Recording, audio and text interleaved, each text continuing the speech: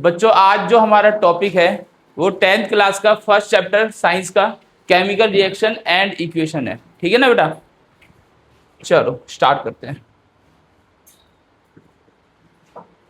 तो chemical reaction होता क्या बेसिकली, आपको क्या लगता है क्या होता है केमिकल रिएक्शन, पता है कुछ?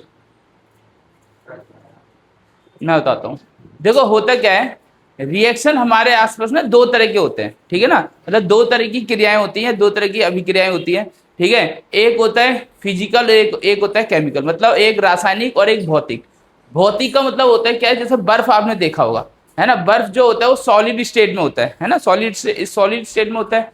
लेकिन अगर हम उसको पिघला देंगे मतलब एक सेट टेम्परेचर से अगर उसका टेम्परेचर बढ़ जाएगा, ठीक है ना, तो मेल्ट हो जाएगा, है ना, मतलब 0 डिग्री पे बर्फ जमती है। अगर 0 से ऊपर जैसे जैसे जाते जाएंगे हम, जैसे मान लो 30-40 के आसपास, तो वो पानी बन जाता है ना, 30-40 पे क्या और कम पे ही बन जाता है।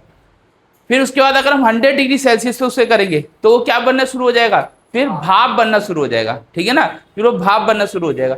तो बेसिकली क्या है वो, लेकिन वो फिजिकल चेंज है। फिजिकल चेंज कैसा है, क्योंकि वो रिवर्सिबल है, वो पुनः उसी अवस्था में आ सकते हैं ना। जैसे हमने बर्फ को पानी में बनाया और पानी को भाप बनाया, फिर भाप से पानी बन जाता है, वापस से बारिश होती है जो है ना, और फिर पानी से फिर से हम बर्फ बना सकते हैं। ठीक है ना, तो ये तो रिवर्सिबल प्रोसेस है, तो ये रिवर्सिबल चेंज है ना। ठीक है ना, तो इसका मतलब ये भौतिक परिवर्तन है, ये रासायनिक परिवर्तन नहीं है। लेकिन एक रासायनिक परिवर्तन ऐसा होता है कि जैसे मान के चलो कि हमने कागज को जला दिया, कागज को जला के राख कर दिया, क्या उस राख से कागज बना सकते हो क्या? नहीं। जबकि हम क्या कर सकते हैं, हम बर्फ से पानी और पानी से बर्फ बना सकते हैं। ठीक है ना, तो भौतिक परिवर्तन, तो भौतिक परिवर्तन जो होते हैं वो रासायनिक अभिक्रिया नहीं करते, है ना। रासायनिक अभिक्रिया क्या है, जैसे कागज को जलाया, है ना, जैसे लकड़ी को जलाया, या फिर भोजन का पचना, अब भोजन हमने खाया पचाया, क्या उससे दोबारा से पुनः वही भोजन बना सकते हैं क्या? हम नहीं बना सकते। ठीक है ना, या फिर आप देखते हो मोमबत्ती का जलना, है ना, इसमें सारे आएंगे। जैसे इसमें लिखा भी है ना कि रासायनिक अभिक्रिया क्या होता है, देखो लिखा है, a chemical reaction is a process where new substance with new property are formed by the rearrangement of atoms। ठीक है ना, तो मतलब एक नए सब्सटेंस बनता है। ठीक है ना, सब्सटेंस भी एक नया ही बनेगा वो। ठीक है, जैसे ऐसे परिवर्तन जिनमें नए गुणों वाले नए पदार्थ का निर्माण होता है उन्हें रासायनिक अभिक्रिया कहते हैं। जैसे कि मान के चलो बर्फ और पानी कोई अलग अलग चीज नहीं है ना, बर्फ से भी प्यास बुझाई जा सकती है, ऐसा कुछ नहीं है। बर्फ पानी एक ही चीज है, बस उसकी अवस्था में परिवर्तन है ना। लेकिन देखोगे आप कि कोयला और लकड़ी अलग अलग चीज है ना, लकड़ी से कोयला बन सकता है, कोयले से लकड़ी नहीं बन सकती। ठीक है ना, इरिवर्सिबल है वो। तो नया ही पदार्थ उसमें क्या होता है बेटा, नया ही पदार्थ निर्माण हो जाता है। ठीक है ना, अब केमिकल रिएक्शन जब होता है ना, उसमें दो चीजें नोटिस करने वाली होती हैं, एक रिएक्टेंट और एक प्रोडक्ट, है ना। रिएक्टेंट को हिंदी में अभिकारक कहते हैं और प्रोडक्ट को कहते हैं जो उत्पाद निकल के आता है। जैसे कि मान के चलो, जैसे हमने लकड़ी को जलाया, है ना, लकड़ी को जलाया तो हमें क्या प्राप्त हुई, राख प्राप्त हुई, है ना। लकड़ी को जलाएंगे तो जलाया लकड़ी को, रिएक्टेंट क्या किसके साथ हुआ, लकड़ी के साथ, है ना, और हमें क्या प्राप्त हुआ, राख। या फिर हम इसको ऐसे भी देख सकते हैं, जैसे कार्बन को जो कि सॉलिड, एस का मतलब होता है सॉलिड, है ना, ऐसे आपको हिंदी मीडियम वालों को भी ऐसे ही लिखना पड़ेगा। जैसे कार्बन को ऑक्सीजन की प्रेजेंस में अगर हमने उसको बर्न किया, है ना, कार्बन को ऑक्सीजन की प्रेजेंस में हमने बर्न किया तो हमें क्या प्राप्त होगा, कार्बन डाइऑक्साइड। क्या प्राप्त होगा, कार्बन डाइऑक्साइड। बात समझ लो ना। ठीक है, तो इसका मतलब ये हुआ बेटा कि कार्बन और ऑक्सीजन ये हमारे रिएक्टेंट है। क्या है ये, बोलो, रिएक्टेंट मतलब अभिकारक।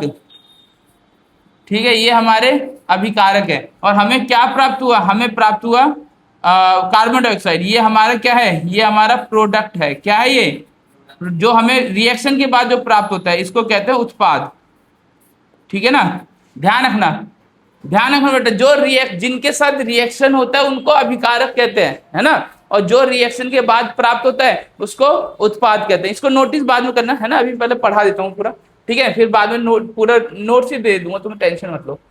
जैसे अभी हमको कैसे पता चलेगा कि कोई केमिकल रिएक्शन हुआ है, हमको कैसे पता चलेगा कि कोई केमिकल रिएक्शन हुआ है, तो देखो या तो उसकी अवस्था में परिवर्तन होगा, ठीक है ना, चेंज इन स्टेट, या तो उसके रंग में परिवर्तन होगा, या तो उसमें से कोई गैस निकलेगी, या उसके तापमान में परिवर्तन होगा, या उसमें प्रेसिपिटेशन होगा। अभी प्रेसिपिटेशन तुमको अभी नहीं समझ में आएगा, चलो बाकी जो समझ में आएगा वो तो मैं समझा ही देता हूँ। अवस्था में परिवर्तन का जैसे एग्जाम्पल देख लेते हैं बेटा, जैसे ये भी हो सकता है अवस्था में परिवर्तन, ठीक है ना। कार्बन को ऑक्सीजन के साथ रिएक्ट कराया तो कार्बन डाइऑक्साइड बना, ठीक है। पहले कार्बन क्या था, एक सॉलिड पार्टिकल था, लकड़ी, है ना। लकड़ी कार्बन ही तो होता है।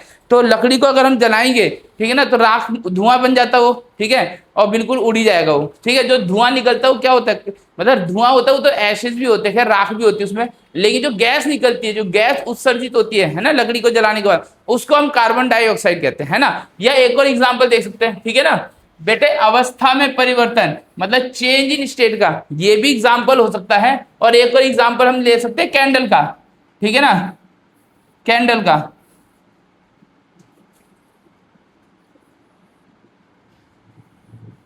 ठीक है बेटा, जब हम कैंडल को जलाते हैं, तो आप देखते हो धीरे धीरे वो जलने लगती है और कम होती जाती है, ठीक है ना। एक तो मेल्ट भी होती है वो, है ना, फिजिकल चेंज भी होता है ना, मेल्ट होती है, प्लस में इतनी बड़ी कैंडल होगी पूरी गायब हो जाएगी, है ना, जल जाएगी, लेकिन गई कहाँ वो क्या हो गई, इवेपरेट हो गई वो, है ना। तो उसने लेकिन हमें एनर्जी भी दिया, वो अलग चीज है, एनर्जी के लिए तो हमने उसको जलाया था, कौन सी, लाइट एनर्जी के लिए, है ना। मतलब लाइट तो जली लेकिन साथ में वो इवेपरेट हो गई, ठीक है ना, वो गैस में परिवर्तन हो गई, या फिर तो उसकी अवस्था परिवर्तित हो गई। पहले किस स्टेट में थी कैंडल, पहले किस में थी, हाँ बोलो, सॉलिड में, ठोस में, है ना। फिर बाद में जलने के बाद किस में परिवर्तित हो गई वो, हाँ गैस में। पहले ठोस में थी वो, फिर जलने के बाद किस में परिवर्तित हो गई, गैस में परिवर्तित हो गई। अंडरस्टैंड बेटा। फिर चेंज इन कलर का भी एक एग्जांपल देता हूं मैं, है ना, चेंज इन कलर का भी एक एग्जांपल देता हूं। जैसे कि मान के चलो एक सब्सटेंस होता है जिसका नाम है पोटेशियम परमैग्नेट, है ना, KMnO3। पोटेशियम परमैग्नेट जो होता है ना बेटा, वो पर्पल कलर का होता है। कैसे कलर का होता है, पर्पल कलर का होता है, ठीक है। लेकिन अगर अभी उसमें हमने क्या कर दिया, अगर हमने उसमें नींबू निचोड़ दिया, ठीक है ना, ये फिनाइलफ्थैलेन भी होता है एक, ठीक है ना। तो उसमें हमने अगर नींबू निचोड़ दिया और नींबू निचोड़ के उसको हमने घुमा दिया, स्टर कर दिया, तो वो कलरलेस हो जाता है। क्या हो जाता है वो, कलरलेस, बिल्कुल पानी की तरह हो जाएगा। पानी कैसा होता है, कलरलेस होता है ना, उसमें कोई कलर नहीं होता, ठीक है ना। तो यहाँ पे क्या किया, यहाँ पे क्या हुआ है, अगर वो कलरलेस हुआ है, या फिर आप देखोगे कि मान के चलो हल्दी है ना, हल्दी कैसे रंग की होती है, पीले रंग की होती है। लेकिन हल्दी को अगर हम या किसी कपड़े में हल्दी लगी हुई है, अगर हल्दी को हम साबुन से धोएंगे तो पता है किस कलर की हो जाएगी, वो कपड़ा किस कलर का हो जाएगा, थोड़ा रेडिश हो जाएगा। कैसा हो जाएगा, हल्का सा इस कलर का हो जाएगा, जैसे मैंने पहन की, हल्की सी वाइनिश, हल्का रेडिश, ठीक है ना, उस कलर का हो जाएगा। क्यों हुआ, क्योंकि हल्दी है वो जो आपका साबुन में बेस होता है, मतलब बेसिक ही नेचर होता है वो, है ना, क्षारीय होता है, उसके साथ क्या करता है वो, रिएक्शन करता है, और रिएक्शन करने के बाद उसमें कलर में परिवर्तन हो जाता है। तो इसका ये किसका एग्जाम्पल है, ये रंग में परिवर्तन, चेंज इन कलर, मतलब रिएक्शन करने के बाद कभी कभी क्या होता है, कलर में भी चेंज होता है। याद रखोगे ना बेटा। तो इसका हल्दी भी इसका एग्जाम्पल देख सकते हो तुम लोग, ठीक है बेटा। आगे बढ़े, गैस में इवोल्यूशन, मतलब कभी कभी क्या होती है, गैस भी निकलती है ना, मतलब गैस निकल रही है तो इसका मतलब क्या हो रहा है कि कुछ रिएक्शन हो रहा है ना। हम लोग की बॉडी में भी तो गैस बनती है, जब हम खाना वाना खा लेते हैं, है ना, गैस बनती है, गैस पास भी करते सब, तो वो क्या है, वो भी एक केमिकल रिएक्शन। भाई खाना का पचना केमिकल रिएक्शन ही है वो भी, ठीक है ना, नहीं तो वो पचेगा ही नहीं। फिर एक और एग्जाम्पल, एक प्रैक्टिकल एग्जाम्पल वैसे देख लेते हैं कि मान के चलो जब हम, इसको तो मैं मिटा ही देता हूं मान के चलो बेटा, जब हम उसमें क्या कहते हैं, H2SO4, ठीक है ना, ठीक है, H2SO4 क्या होता है, एक तरह का वो होता है, एसिड होता है ये, ठीक है ना, जिसको कहते हैं सल्फ्यूरिक एसिड। तो H2SO4 में जब हम वो डालते हैं, आयरन डालते हैं, ठीक है ना, आयरन डालते हैं, ठीक है, तो क्या होता है, आयरन पता है ना, आयरन का केमिकल मतलब सिंबल क्या होता है, वो क्या होता है, Fe होता है। जब H2SO4 में आयरन ऐड करेंगे तो क्या होगा, तो बनेगा FeSO4, ठीक है ना, और साथ में गैस निकलेगी, हाइड्रोजन गैस। बेटा ध्यान रखना, तो जब हम क्या करेंगे, एक हमने बीकर में सल्फ्यूरिक एसिड लिया है ना, एक बीकर में हमने सल्फ्यूरिक एसिड लिया और उस सल्फ्यूरिक एसिड में आयरन के दाने डालिए, जिंक के भी डाल सकते हो है ना, जिंक ग्रेन्यूल डाल दिए, ठीक है ना, ये आयरन डाल दिए, तो हमें क्या मिलेगा, जिंक डालेंगे तो जिंक सल्फेट हमको प्राप्त होगा है ना, ZnSO4 क्या प्राप्त होगा, ZnSO4। और निकलती कौन सी गैस निकलती है बेटा, उसमें कौन सी गैस निकलती है, हाइड्रोजन गैस निकलती है। कौन सी गैस निकलती है, हाइड्रोजन। तो भाई कुछ रिएक्शन हुआ जब तो गैस निकल रही है, अगर रिएक्शन नहीं होता तो गैस निकलती क्या, बताओ, नहीं निकलती, ऑब्वियस होते। तो ये किसका एग्जांपल है, गैस निकलना, मतलब गैस निकलना मतलब इवोल्यूशन ऑफ गैस का क्या है ये, अरे बोलो ना, एग्जाम्पल है। नेक्स्ट आता है चेंज इन टेम्परेचर, ठीक है ना, कभी कभी क्या होता है ताप में परिवर्तन होता है, ठीक है ना, मतलब टेम्परेचर में कुछ ना कुछ चेंज आएगा। जैसे कि मान के चलो, सपोज करो कि आप क्या करो, वाटर लो है ना, वाटर लो, वाटर का फॉर्मूला क्या होता है, क्या होता है, H2O होता है। अगर वाटर में आपने ऐड किया कैल्शियम ऑक्साइड है ना, कैल्शियम ऑक्साइड एक सब्सटेंस होता है जिसको क्विकलाइम भी कहते हैं, ठीक है ना, क्विकलाइम कहते हैं। अगर वाटर में हमने क्विकलाइम डाला बेटा है ना, चाहे ठंडे पानी में डालना, तुम ठंडे पानी में भी क्विकलाइम डालोगे ना, तो ऐसा रिएक्शन करेगा ना वो, तो वो पानी क्या हो जाएगा, धीरे धीरे गर्म हो जाएगा, क्या हो जाएगा, गर्म, और बनेगा क्या, बनेगा हमारे पास कैल्शियम हाइड्रोक्साइड। क्या बनेगा, कैल्शियम, बोलते नहीं तुम लोग, calcium hydroxide, CaOH whole twice, CaOH whole twice. तो ये इसको कहते हैं बुझा हुआ चूना कहते हैं बेसिकली, ठीक है ना, स्लेग लाइम। तो क्विक लाइम और स्लेग लाइम, ठीक है ना। तो क्या होता है बेटा कि जब हम वाटर में कैल्शियम ऑक्साइड को डालेंगे, ठीक है ना, वाटर बेशक ठंडा हो, लेकिन जैसे उसमें हमने कैल्शियम ऑक्साइड डाला ना, तो वो क्या करने लगेगा, उबाल मारने लगेगा, गर्म हो जाएगा। क्यों हो रहा है वाटर गर्म, क्यों रहा है, क्योंकि केमिकल रिएक्शन हो रहा है। किस किस के बीच में केमिकल रिएक्शन हो रहा है, वाटर के बीच में और कैल्शियम ऑक्साइड के बीच में, ठीक है ना, जल के बीच में और कैल्शियम ऑक्साइड के बीच में क्या हो रहा है, यहाँ पे रिएक्शन हो रहा है। और रिएक्शन हो रहा है तो उसमें से क्या निकल रही है, हीट निकल रही है। क्या निकल रही है, हीट। और जिसमें हीट निकलती है ना, उसको कहते हैं एक्सोथर्मिक रिएक्शन। उसको क्या कहते हैं, एक्सोथर्मिक रिएक्शन। इसको जैसे हीट निकल रही है इसमें है ना, हीट भी निकलेगी इसमें, तो हीट निकलती है तो इसको कहते हैं एक्सोथर्मिक रिएक्शन, ठीक है, इसको क्या कहेंगे, एक्सोथर्मिक रिएक्शन। अब पीपीटी वाला मैंने बोला था कि हो सकता है कि पीपीटी वाला आपको ना समझ में आए, ठीक है ना। तो पीपीटी में क्या होता है बेसिकली, ये आपको मैं जब चैप्टर के लास्ट में बताऊंगा, ये डबल डिस्प्लेसमेंट में आएगा, क्योंकि अभी मैं बताऊंगा ना समझ में भी नहीं आएगा, है ना। अभी इसको पीपीटी वाले को हम जब इसका टॉपिक आएगा तब मैं बता दूंगा, ठीक है। यहां तक ये चारों चीजें समझ में आई कि नहीं आई, ठीक है ना। इस चारों में देख लेना, हमको कैसे पता चलेगा कि केमिकल रिएक्शन हुआ है भाई, या तो उसकी अवस्था में परिवर्तन होगा, जैसे मोमबत्ती जल के भाप बन गई है ना, या फिर उसके रंग में परिवर्तन होगा, जैसे कि मैंने बताया फिनाइलफिनाइल है, या फिर पोटेशियम परमैंगनेट है, उसमें हमने अगर एसिड को डाला तो कलरलेस हो जाता है। क्या हो जाता है, कलरलेस हो जाता है, ठीक है ना। या फिर क्या कहते हैं, इवोल्यूशन ऑफ गैस के हाइड्रोसल्फ्यूरिक एसिड में, ठीक है ना, मतलब सल्फ्यूरिक एसिड में H2SO4 में, ठीक है, अगर हमने जिंक डाला, H2SO4 में अगर हमने जिंक डाला तो जिंक सल्फेट बनता है, लेकिन एक गैस भी निकलती है। कौन सी गैस निकलती है, कौन सी गैस निकलती है बेटा, H2 मतलब हाइड्रोजन गैस, H2 का मतलब हाइड्रोजन गैस, ठीक है ना। ऐसी ऑक्सीजन O2 होता है। ऐसी चेंज इन टेम्परेचर मैंने बताया, अगर पानी में कैल्शियम ऑक्साइड डाल दोगे, पानी में अगर कैल्शियम ऑक्साइड डाल दोगे तो हमको क्या प्राप्त होता है, हमको प्राप्त होता है CaOH होल ट्वाइस, ठीक है ना, मतलब कैल्शियम हाइड्रोक्साइड प्राप्त हो। लेकिन ठंडे पानी में भी डालोगे ना तब भी पानी क्या हो जाएगा, गर्म हो जाएगा। और गर्म किस लिए हो रहा है, केमिकल रिएक्शन हो रहा है इसलिए। और पीपीटी मैंने बोली थी, पीपीटी लास्ट में समझाऊंगा जब इसका टॉपिक आएगा, ठीक है, आगे आएगा ये। अब केमिकल इक्वेशन क्या होता है, अभी देखो हर केमिकल रिएक्शन को हम इक्वेशन में रख सकते हैं, क्योंकि हर चीज का एक साइंटिफिक फॉर्मूला होता ही होता है। जैसे इंसानों का भी नाम क्या है, होमो सेपियंस, जो हमारी प्रजाति है ना इंसानों की, हम होमो सेपियंस है। इससे पहले भी बहुत सारी प्रजातियां रह चुकी हैं, निएंडरथैल्स आपने पढ़ा होगा, या फिर होमो इरेक्टिक हमसे पहले जो थी, ठीक है ना। तो इसी तरीके से हर चीज का साइंटिफिक नाम होता है। जैसे पानी हम डेली पीते हैं, है ना, लेकिन पानी का भी साइंटिफिक नाम है, क्या है, H2O, है ना। नमक हम खाते हैं तो उसका भी साइंटिफिक नेम है, क्या है, NaCl, है ना, सोडियम क्लोराइड। बात समझ में है ना बेटा। तो ऐसी जो भी केमिकल रिएक्शन है, ठीक है ना, अगर हमने उसको इक्वेशन की फॉर्म में लिख दिया तो केमिकल इक्वेशन हो गया भाई। जैसे कि मान के चलो लकड़ी का जलना, तो लकड़ी का जलना का मतलब यही हो गया ना, लकड़ी या कोयले का जलना के कार्बन को ऑक्सीजन की प्रेजेंस में हमने जला दिया तो हमको क्या प्राप्त होगा, हमको प्राप्त होगा कार्बन डाइऑक्साइड गैस, प्लस में हीट भी प्राप्त होगी, वो अलग बात है, हीट एंड लाइट दोनों ही प्राप्त होंगी, ठीक है ना। तो लकड़ी का जलने को हमने इसमें प्रदर्शित कर दिया, बताओ, है ना। तो इसको हमने केमिकल फॉर्मूले में लिखा कि नहीं लिखा।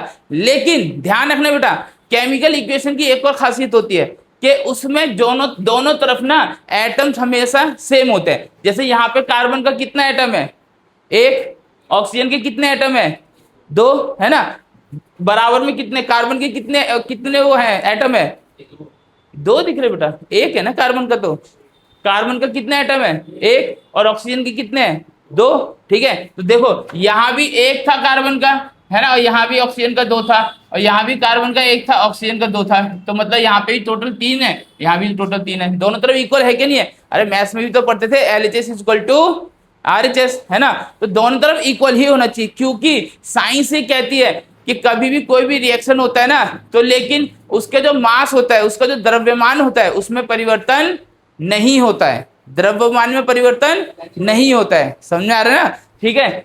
तो इसलिए द्रव्यमान सेम ही रहेगा, या फिर दोनों तरफ एटम्स की संख्या, दोनों तरफ परमाणुओं की संख्या कितनी रहेगी, समान रहेगी। LHS और RHS में परमाणुओं की संख्या कितनी रहेगी, समान रहेगी, परिवर्तित नहीं होगी। हाँ, अगर आपको थोड़ा इधर उधर दिख रहा है, भाई गेट बंद कर दो पूरा, ठीक है, परछाई आएगी।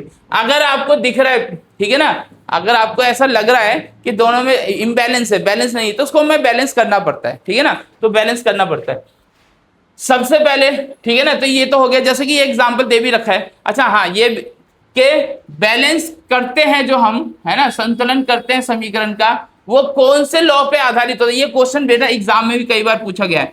वो law of conservation of mass पे आधारित होता है। किस पे होता है, law of conservation of mass, Hindi वाले बोलेंगे द्रव्यमान संरक्षण का नियम, द्रव्यमान संरक्षण का नियम। मतलब मास जो होता है ना, वो रिएक्टेंट का और प्रोडक्ट का मास हमेशा सेम होता है। रिएक्टेंट, अरे इस तरफ वाले रिएक्टेंट हो गए ना, रिएक्टेंट और प्रोडक्ट का मास हमेशा सेम होता है ना, वो परिवर्तन नहीं होता है, ध्यान रखना। जैसे मान के चलो आपने, अरे ऐसे मान लो ना, जैसे आपने 1 लीटर पानी जमाया, है ना, तो फिर जमने के बाद भी 1 ही लीटर है वो, है ना, हालांकि वॉल्यूम बढ़ जाता है, ध्यान रखना, वो अलग चीज है, ठीक है ना, वो आगे पढ़ेंगे हम लोग। तो मेन बात ये है कि लॉ ऑफ कंजर्वेशन मास, मतलब मास कभी भी परिवर्तन नहीं होता है। जैसे कि इसमें देख लो, इसमें एक एग्जाम्पल है, ये बैलेंसिंग का एक अच्छा खासा एग्जाम्पल है कि इसमें Fe का मतलब क्या होता है, आयरन। Fe का मतलब क्या होता है बेटा, आयरन, ठीक है ना, Fe का मतलब होता है आयरन। एक मिनट,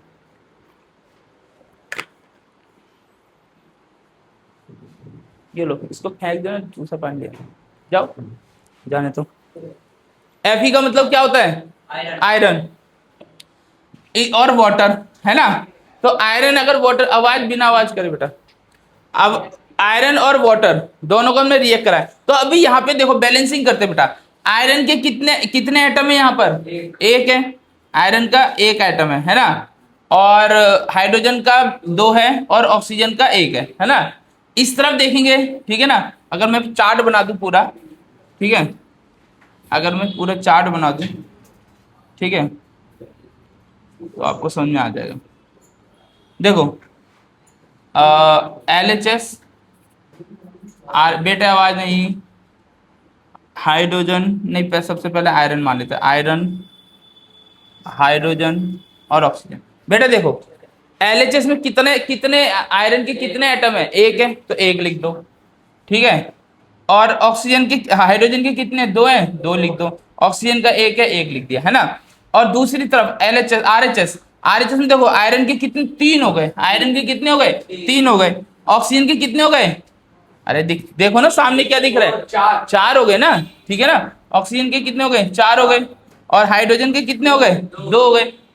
तो ये बताओ, बस हाइड्रोजन को छोड़ के ये दोनों तो इम्बैलेंस ही है ना भाई, हाइड्रोजन के तो सेम है, माना, ठीक है ना, इधर भी 2 था, इधर भी 2 था, सही है। लेकिन ये एक है इधर 3 हो गया, ये एक है इधर 4 हो गया, तो बैलेंस होना चाहिए ना दोनों तरफ, ठीक है ना, नहीं तो दिक्कत है। क्योंकि द्रव्यमान संरक्षण का नियम कहता है कि चाहे रिएक्टेंट हो चाहे प्रोडक्ट हो, है ना, चाहे अभिकारक हो चाहे उत्पाद हो, दोनों तरफ क्या होना चाहिए, बैलेंस होना चाहिए, ठीक है ना।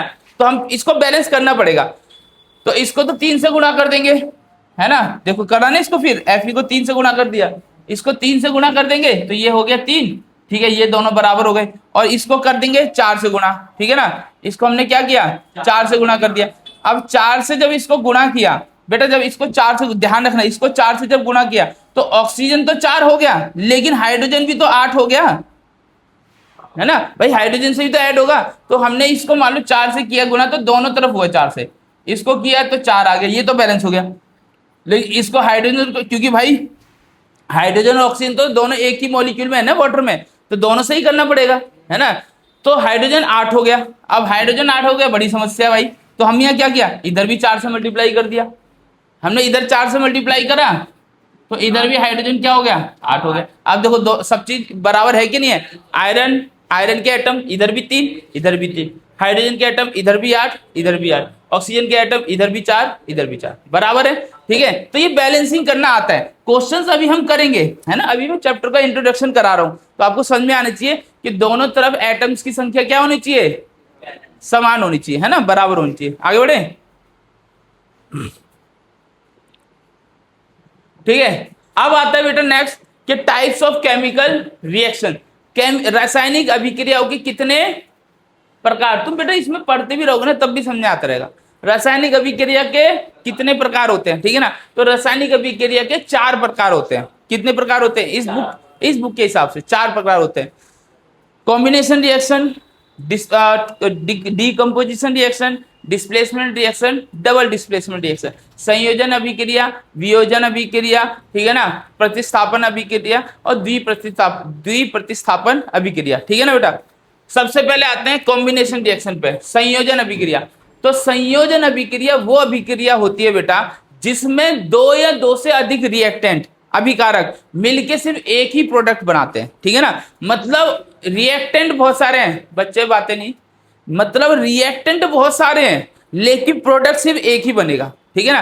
फॉर हम इसका एग्जांपल ना दैनिक जीवन से एक एग्जांपल लेते हैं, डेली लाइफ से लेते हैं एक एग्जांपल, जैसे कि मान के चलो कि जैसे हम एक चाय बनाते हैं, है ना, तो चाय में कितनी चीजें डलती हैं उसमें, मुझे बता सकते हो, बताना बेटा कितनी डलती हैं। सबसे पहले पानी, चाय पत्ती, चीनी, है शक्कर, अदरक इलायची, मान लो अगर कोई अदरक इलायची भी डालना चाहता है, दूध, है ना, ये मुख्य इंग्रेडिएंट है। बाकी तो तुम उसमें और भी बहुत सारी तमाम चीज डालो, कोई कौन रोक रहा है ना।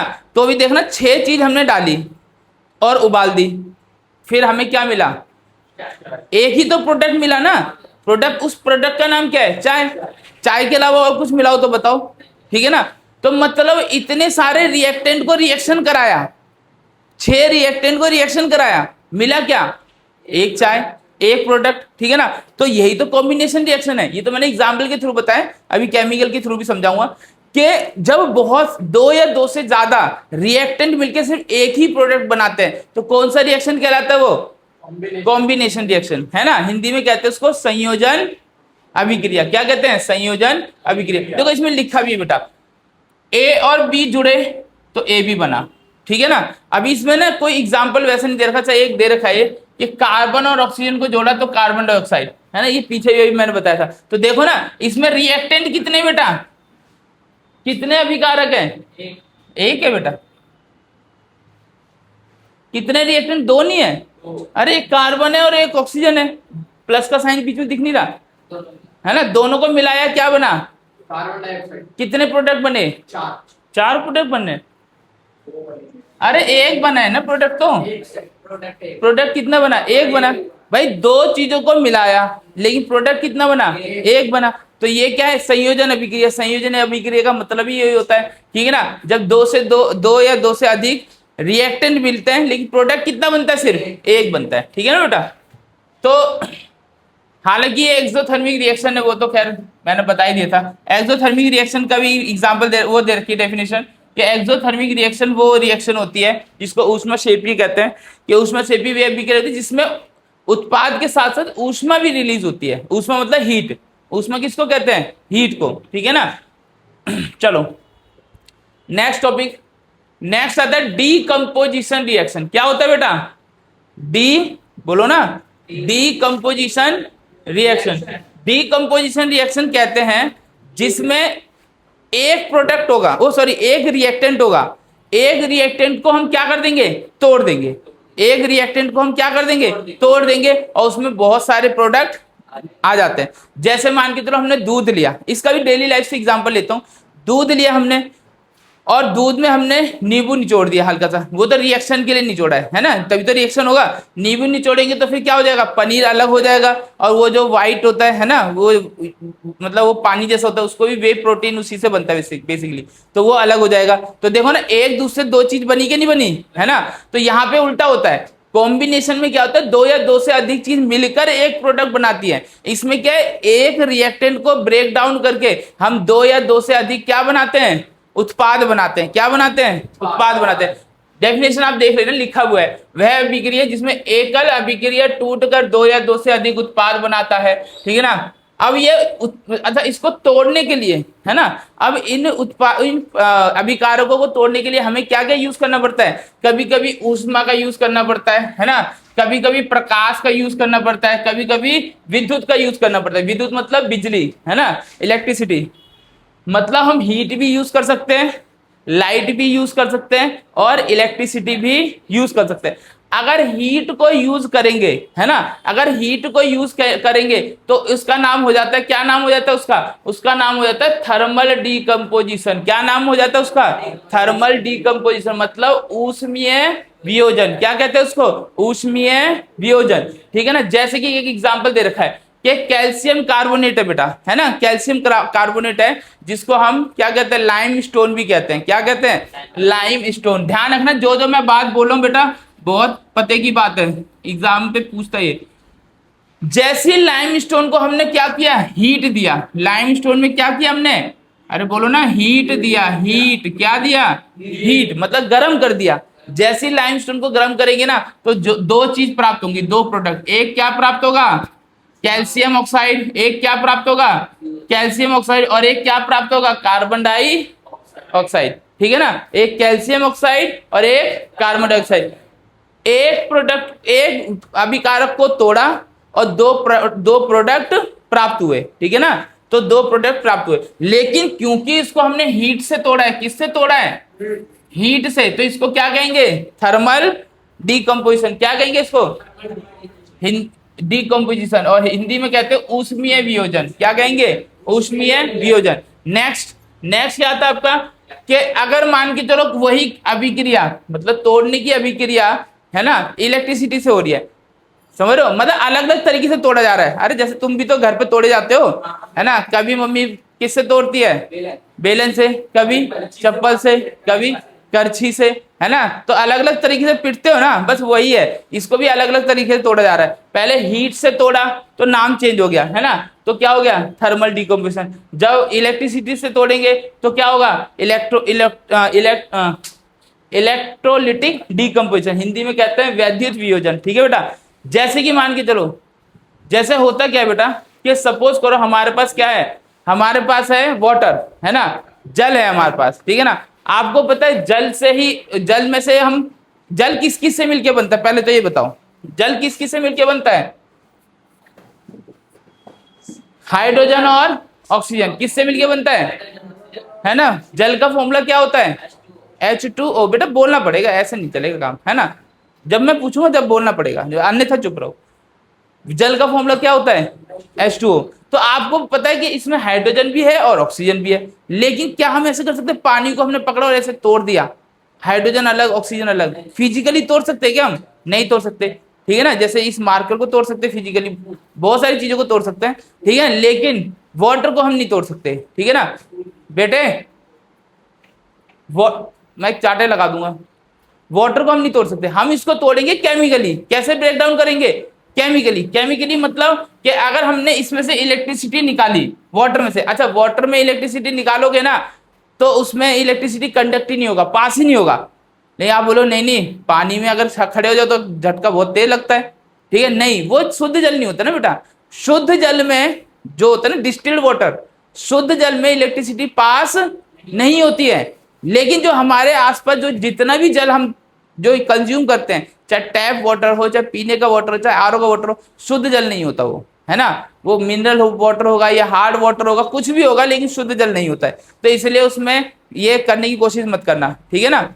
चलो दूसरी बात, तो इसमें हम क्या करेंगे, इसमें या तो हल्का सा नमक डाल देंगे या हल्का सा नींबू निचोड़ देंगे, है ना। तो उससे क्या होगा, इलेक्ट्रिसिटी कंडक्ट होने लगेगी। उसमें क्या होने लगेगा, इलेक्ट्रिसिटी कंडक्ट होने लगेगी, पास होने लगेगी। तो हमने जैसे ही वाटर इसके अंदर डाला, है ना, हमने वाटर जैसे ही इसके अंदर डाला, भाई फटाफट कराना पड़ेगा, टाइम बहुत हो गया। जैसे ही हमने वाटर इसमें डाला, ठीक है ना, तो और इलेक्ट्रिसिटी पास करी, तो हाइड्रोजन और ऑक्सीजन क्या हो जाएंगे, दोनों क्या हो जाएंगे, अलग अलग हो जाएंगे। देखो दिखा भी है बेटा, देखो इसमें हाइड्रोजन है और इसमें सॉरी इसमें ऑक्सीजन, पता चल गया ना, इसमें ऑक्सीजन इसमें हाइड्रोजन दिखा है ना। तो इलेक्ट्रिसिटी से हम हाइड्रोजन और ऑक्सीजन को अलग अलग कर सकते हैं, फिजिकली नहीं कर सकते। बात समझ में आ गया ना। तो इसीलिए इसको क्या कहेंगे, इलेक्ट्रोलिटिक डीकंपोजिशन। क्या कहेंगे इसको, इलेक्ट्रोलिटिक डीकंपोजिशन। इसी कार्य को अगर हमने लाइट से किया, सनलाइट से, है ना, या लाइट से, तो उसको फोटोलिटिक डीकंपोजिशन कहेंगे। उसको क्या कहेंगे, फोटोलिटिक डीकंपोजिशन, ठीक है ना। एक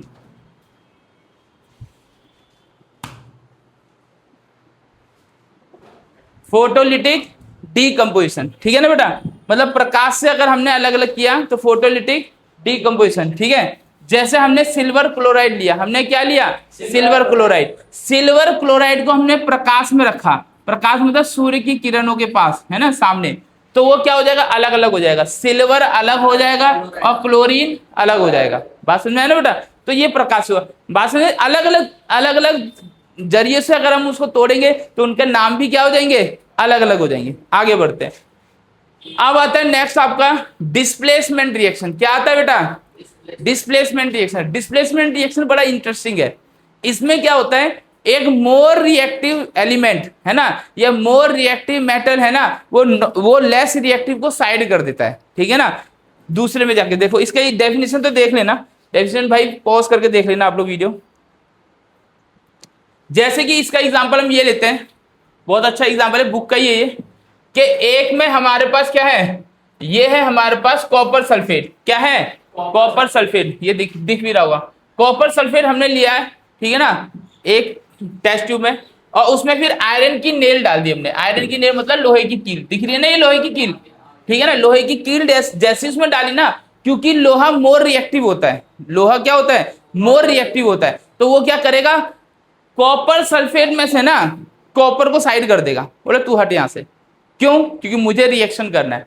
तुम क्यों रिएक्शन करो, क्योंकि मैं मोर रिएक्टिव हूं, मतलब मैं ज्यादा रिएक्शन करता हूं इसलिए मैं करूंगा। तुम्हारे बस की तो तुम कर लो, बोला नहीं मेरे बस की तो नहीं है, तो बोले हटो फिर साइड, ठीक है ना।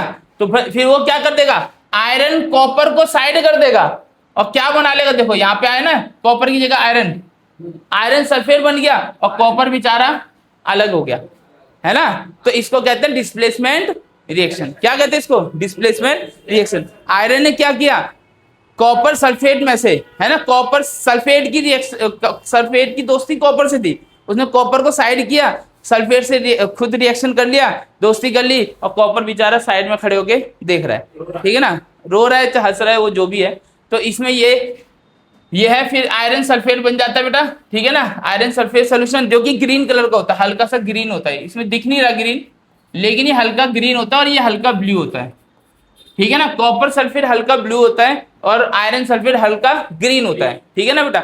और भी एग्जांपल आएंगे, देखो अभी मैं वन शॉट वीडियो दे रहा हूं कि ये पूरा चैप्टर आपको समझा दूंगा। इसके आगे जो भी वीडियोस आएगी उसमें क्या है, आपको सारा मतलब इसके क्वेश्चन आंसर और जो जो आते हैं वो एडवांस चीजें कराऊंगा, ठीक है। अभी क्या है, बेसिक समझ लो, ठीक है। फिर नेक्स्ट आता है आपका double displacement reaction. Double displacement reaction में क्या होता है बेटा, कि इसमें आपका दो सॉल्यूशन होते हैं। कैसे सॉल्यूशन होते हैं, दो सॉल्यूशन, इसमें देख लेना डेफिनेशन लिखी हुई है। दो सॉल्यूशन होते हैं, आपस में रिएक्ट करते हैं। जैसे कि मान के चलो बेटा, सोडियम तो कर लेगा क्लोरीन के साथ रिएक्शन, है ना, और बेरियम कर लेगा सल्फेट के साथ रिएक्शन, ठीक है, सोडियम क्लोरीन के साथ बेरियम सल्फेट के साथ, तो ये बन जाएगा बेरियम सल्फेट और सोडियम क्लोराइड। ध्यान रखना, जिसमें एक सॉल्यूशन होगा, लिक्विड होगा और एक सॉलिड होगा। सॉलिड को ही प्रेसिपिटेट कहते हैं, ठीक है ना, सॉलिड को ही क्या कहते हैं, प्रेसिपिटेट कहते हैं। टाइम हो गया, ठीक है, ठीक है, बस खत्म होने वाला चैप्टर, ठीक है। सॉलिड वन शॉट है नहीं, इसमें एक पूरा निपट जाएगा। तो सॉलिड जो देखो बेटा, एक तो सॉलिड सॉल्यूशन होगा, मतलब सॉल्यूशन, एक तो सॉल्यूशन होगा, एक उसमें सॉलिड हो जाएगा। जो सॉलिड नीचे सेटल डाउन हो जाएगा ना, उसी को प्रेसिपिटेट करते हैं। मैंने बताया था ना सबसे पहले कि प्रेसिपिटेट बताऊंगा, तो बस कुछ नहीं है, तो ये प्रेसिपिटेट हो गया, ठीक है ना बेटा। तो इसका वो आप देख लेना डेफिनेशन जो भी है, ठीक है, हिंदी में भी है, इंग्लिश में भी है। डोंट वरी, हिंदी इंग्लिश वालों को किसी को कोई दिक्कत नहीं होने वाली। अब क्या होता है, ऑक्सीडेशन और रिडक्शन, ये भी दो तरह की अभिक्रियाएं होती हैं। ऑक्सीडेशन में क्या होता है बेसिकली, जिसमें जिस भी अभिक्रिया में, कोई भी ऐसी अभिक्रिया जिसमें ऑक्सीजन रिएक्ट कर रहा है ना, ऑक्सीजन ऐड हो रहा है, तो ऑक्सीडेशन कहलाएगा। और जिसमें ऑक्सीडेशन रिड्यूस हो रहा है और हाइड्रोजन ऐड हो रहा है, तो वो रिडक्शन कहलाएगा, ठीक है ना बेटा। डेफिनेशन इसमें दे रखी है, कोई दिक्कत वाली बात नहीं है। ऑक्सीजन ऐड होता है या हाइड्रोजन रिमूव होता है तो ऑक्सीडेशन कहलाएगा। इसका उल्टा, हाइड्रोजन ऐड हो रहा है या ऑक्सीजन रिमूव हो रहा है तो रिडक्शन कहलाएगा। दोनों अभिक्रियाएं एक साथ हो रही हैं तो रेडॉक्स कहलाएगा। दोनों अभिक्रियाएं एक साथ हो रही हैं तो रेडॉक्स कहलाएगा, ठीक है ना। इसका एग्जांपल देख लेना यहाँ पे, ठीक है। जैसे कॉपर ऑक्साइड हाइड्रोजन के साथ ऐड वो रिएक्ट करेगा तो कॉपर अलग हो जाएगा और हाइड्रोक्साइड अलग हो जाएगा, ठीक है बेटा। उसके बाद ये डेली लाइफ में ऑक्सीडेशन कहाँ कहाँ होता है, आप देखोगे कि आयरन है ना, आयरन को अगर हम खुला ऐसे ही छोड़ देंगे, मतलब लोहे को खुला ऐसे ही छोड़ देंगे, तो उसमें जंग लग जाती है।